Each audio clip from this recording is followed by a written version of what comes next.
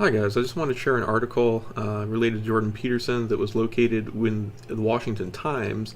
Jordan Peterson, of course, is an intellectual dark web figure who has been a clinical psychologist, a researcher, and professor at the University of Toronto and Harvard, as well as written best-selling books such as The 12 Rules for Life that has remained on the international bestseller list for months. Dr. Jordan Peterson has given presentations and talks on everything from feminism to the state of gender dysphoria in concerns in relations to laws passed by both Canada and the United States. He's been a YouTube celebrity in the intellectual dark web, and most recently he has been noted for his move to leave Patreon in conjunction with Dave Rubin and strike out on his own to create a competitor platform for Patreon. This is an article concerning that topic and discussing how he's criticized basically from the New York Times, and his response to that the New York Times is being kind of willfully ignorant in relation to their assessment of the situation, and that their criticisms of these individuals who are being censored for their political ideology may come back to, in his words, boomerang on them. And he gives a great quote down here concerning an old military adage. He says, "There's an old military adage which is that if you invent a weapon, it will be used by your enemy within 15 years.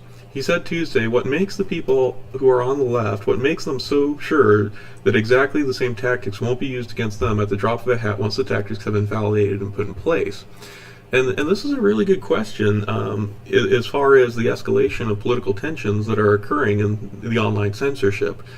We see in China that there's this society experiment where they are offering a cultural credit for people who go along with the government and who basically play nice in a non-dissident way, where as individuals who are deemed as unacceptable or dissident or at risk of opposing the government can't get government services, can't get passports, are unable to have any kind of credit interaction via the government systems and banking.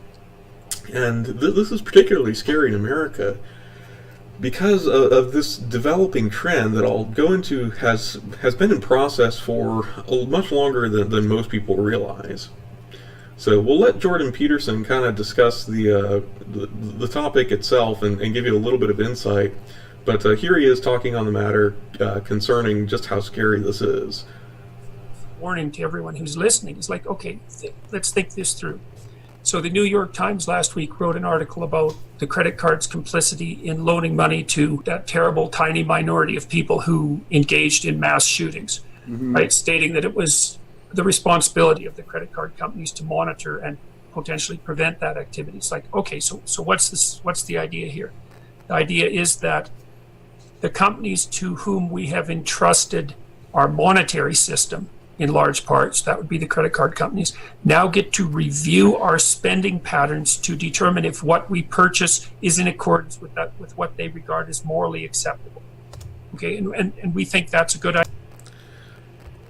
Now, if you didn't hear what he said, it's basically that these credit card companies such as Visa and MasterCard, acting through PayPal and other organizations like Patreon, are delegating the ability of individuals to support causes based off of the political stances and ideologies of those credit processor payment platforms.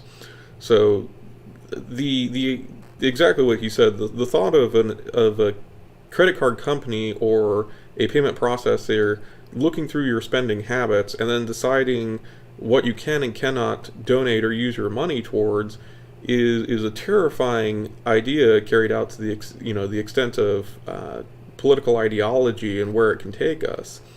The democratic escalation within the progressive wing of the left doesn't seem to have any sort of boundaries as to where they're willing to take their ideology. We've seen violence in the past, and we've seen an escalation within the personal life of the bedroom. We've seen political causes such as By Any Means Necessary. willing to take it to the streets and can visit people's homes and whom they disagree with, doxing, and similar with the extreme right on the alt-right, we find the same thing.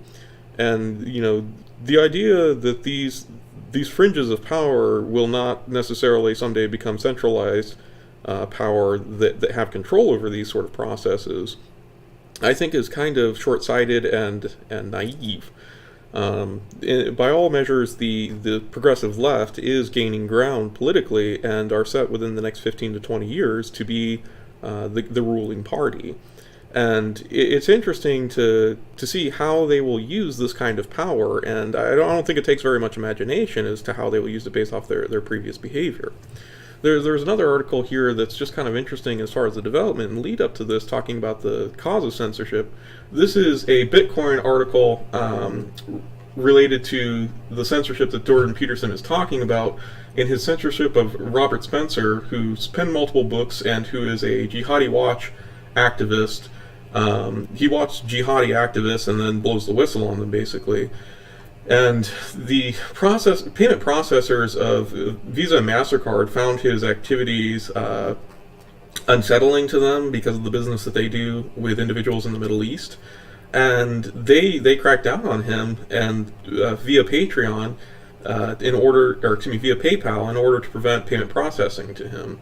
And this was a pretty big scandal when it occurred. And it's a concerning trend. This was just back in October of last year, but the history of that goes far deeper and far longer than most people realize. This is typically what most people are citing right now in relation to this kind of behavior.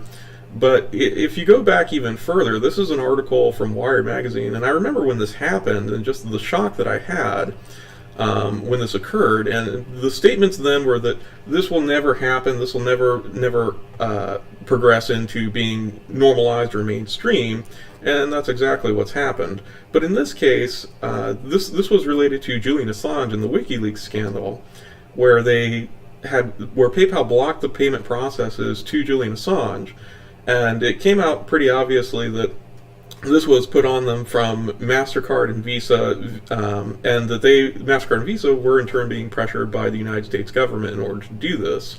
So the United States government couldn't act on its own in order to block these sort of transactions, but they acted through payment processors, who then in turn acted through organizations like PayPal in order to block this sort of political funding and activity. And even despite the fact that it was never classified as a terrorist organization, it was never classified as an enemy of the United States, it was purely a political move on the account of the United States government in order to enact this sort of political censorship via financial support or blocking financial support.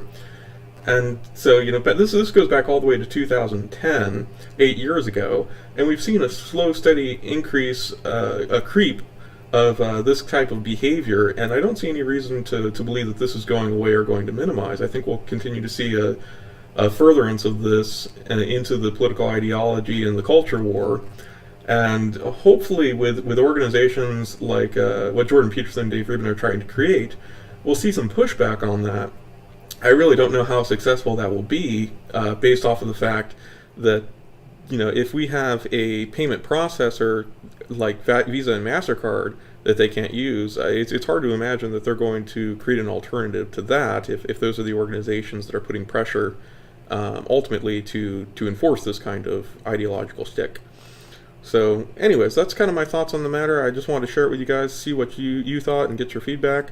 It's a bizarre kind of thing, and it's scary to look at that and realize the direction that we're headed and what we could soon be facing within the next 10 to 20 years, if not sooner. So anyways, hopefully that was informative and you guys enjoyed it. I will try to post more videos tomorrow, and we'll see what the news is then. Take care.